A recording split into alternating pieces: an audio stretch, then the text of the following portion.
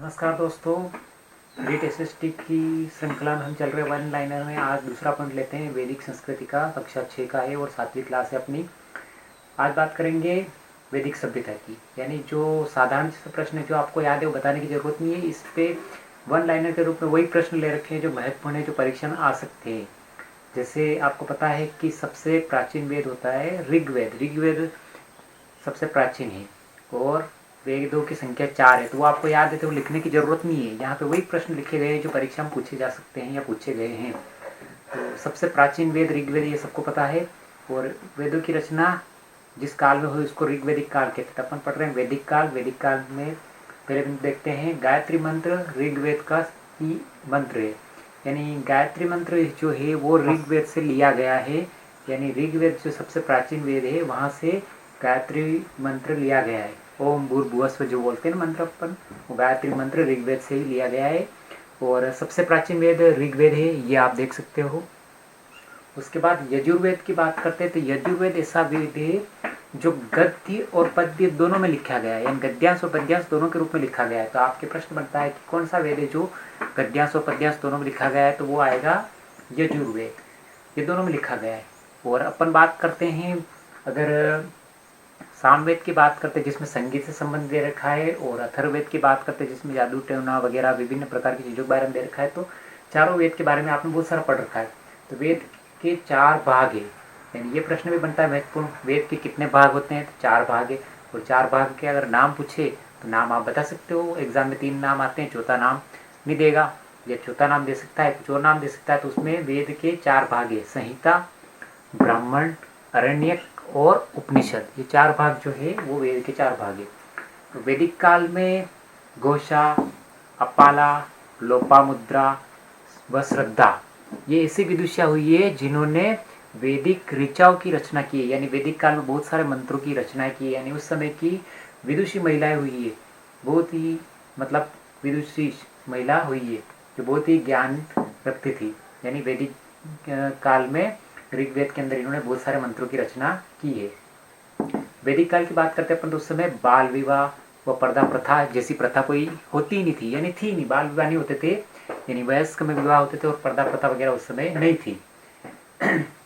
अगला प्रश्न बनता है आपके, गृहस्थ आश्रम को अन्य सभी आश्रमों का पोषक कहा जाता है। क्यों कहा जाता है? क्योंकि आपको पता है कि आश्रम 4 होते हैं। गृहस्थ आश्रम को अन्य सभी आश्रमों का पोषक कहा जाता है। ब्रह्मचर्य आश्रम जो पहला आश्रम है, उसके बाद बात करते हैं गृहस्थ आश्रम आता है दूसरे नंबर पे, तीसरे पे आता है वानप्रस्थ और चौथे पे आता है संन्यास आश्रम। यानी 4 आश्रमों को अपन अगर किसी व्यक्ति की उम्र 100 वर्ष मान के चले तो 25-25 वर्ष के 4 आश्रम होते हैं। इन 4 आश्रम की बात करें तो गृहस्थ आश्रम को पोषक इसलिए माना जाता है कि गृहस्थ आश्रम में व्यक्ति जितना भी कार्य वगैरह करता है, उत्पादन वगैरह करता है, तो वो ब्रह्मचर्य यानी बच्चे वगैरह जो रहते हैं या ब्रह्मचर्य जो पढ़ाई वगैरह करते हैं वो खाना वगैरह खाते गृहस्थ में रहकर ही भोजन वगैरह करते हैं, परिवार के साथ रहते हैं, तो गृहस्थ के अंदर ही गिने जाते हैं। और शादी विवाह वगैरह गृहस्थ के अंदर ही होती है। और वानप्रस्थ जो होते हैं यानी जो घर के कार्य वगैरह छोड़ देते या संन्यास वगैरह होते हैं जो संन्यास ले लेते, तो वो सारे किस पे निर्भर रहते हैं? गृहस्थ के ऊपर, यानी भोजन वगैरह की व्यवस्था के ऊपर। यानी इसलिए गृहस्थ आश्रम को सभी आश्रमों का पोषक माना जाता है। वैदिक काल में वर्ण व्यवस्था जन्म प्रदान में होकर कर्म प्रदान थी। यानी वर्तमान में जैसे चल रहा है कि वैदिक काल में जो वर्ण व्यवस्था थी, जैसे मान लो कि जन्म अपन वर्तमान में मानते हैं कि व्यक्ति जो होते हैं जन्म प्रदान मानता है, यानी जैसे ब्राह्मण है तो ब्राह्मण का लड़का ब्राह्मण का ही कार्य करेगा या कोई और अदर है उस प्रकार से। लेकिन ऐसा नहीं था, उस समय कोई भी व्यक्ति अपने कर्म कर सकता था, यानी किसी भी प्रकार का व्यक्ति कोई भी कार्य कर सकता था। खिल्य भूमि को बंजर भूमि कहते हैं। यानी प्रश्न बनता है कि बंजर भूमि किसको कहते हैं? तो खिल्य भूमि को। व्यापारिक को पणि कहा जाता है। ये फर्स्ट ग्रेड में पूछा गया प्रश्न है कि पणि किसको कहा जाता है? जो व्यापारी वर्ग होते थे उनको पणि कहा जाता। ऋग्वेद के अध्ययन से निष्क, सोने को बोलते थे, निष्क के सिक्के की जानकारी मिली। यानी ऋग्वेद में सोने के सिक्के के बारे में जानकारी मिली है। इसका मतलब सोने के सिक्के उस समय वैदिक काल में प्रयुक्त करते होंगे या प्रयोग किए जाते होंगे। अब बात करते हैं अपन नदियों के जो प्राचीन नाम है जिनमें से हर बार प्रश्न फिक्स बनता है, फिक्स आता है, तो उनकी बात करते हैं। उनके प्राचीन नाम अपन देखेंगे और वर्तमान नाम क्या है उनके बारे में देखते हैं अपन।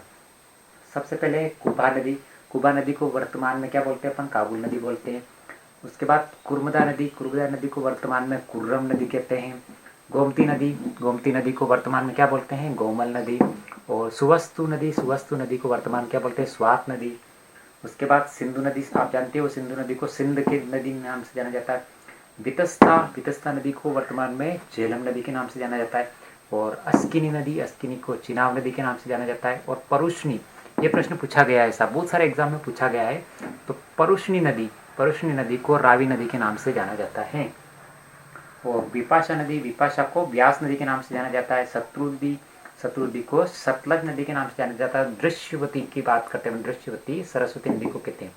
तो ये हुई अपने छठी सी RBSC कक्षा 6 की जो वैदिक संस्कृति, उसका टॉपिक अगली क्लास अपन लेके आएंगे। वैदिक संस्कृति का कक्षा 9 का टॉपिक लेकर आएंगे, यानी 6, 9 और 12वीं कक्षा के RBSC जो बुक्स है उससे महत्वपूर्ण प्रश्न लिए गए। इन प्रश्नों में से आपको परीक्षा में लाइन टू लाइन प्रश्न मिलेंगे। तो वन लाइनर कैसी लगी आपको? लाइक करें, शेयर करें, सब्सक्राइब करते हैं। मिलते हैं अगले वीडियो में।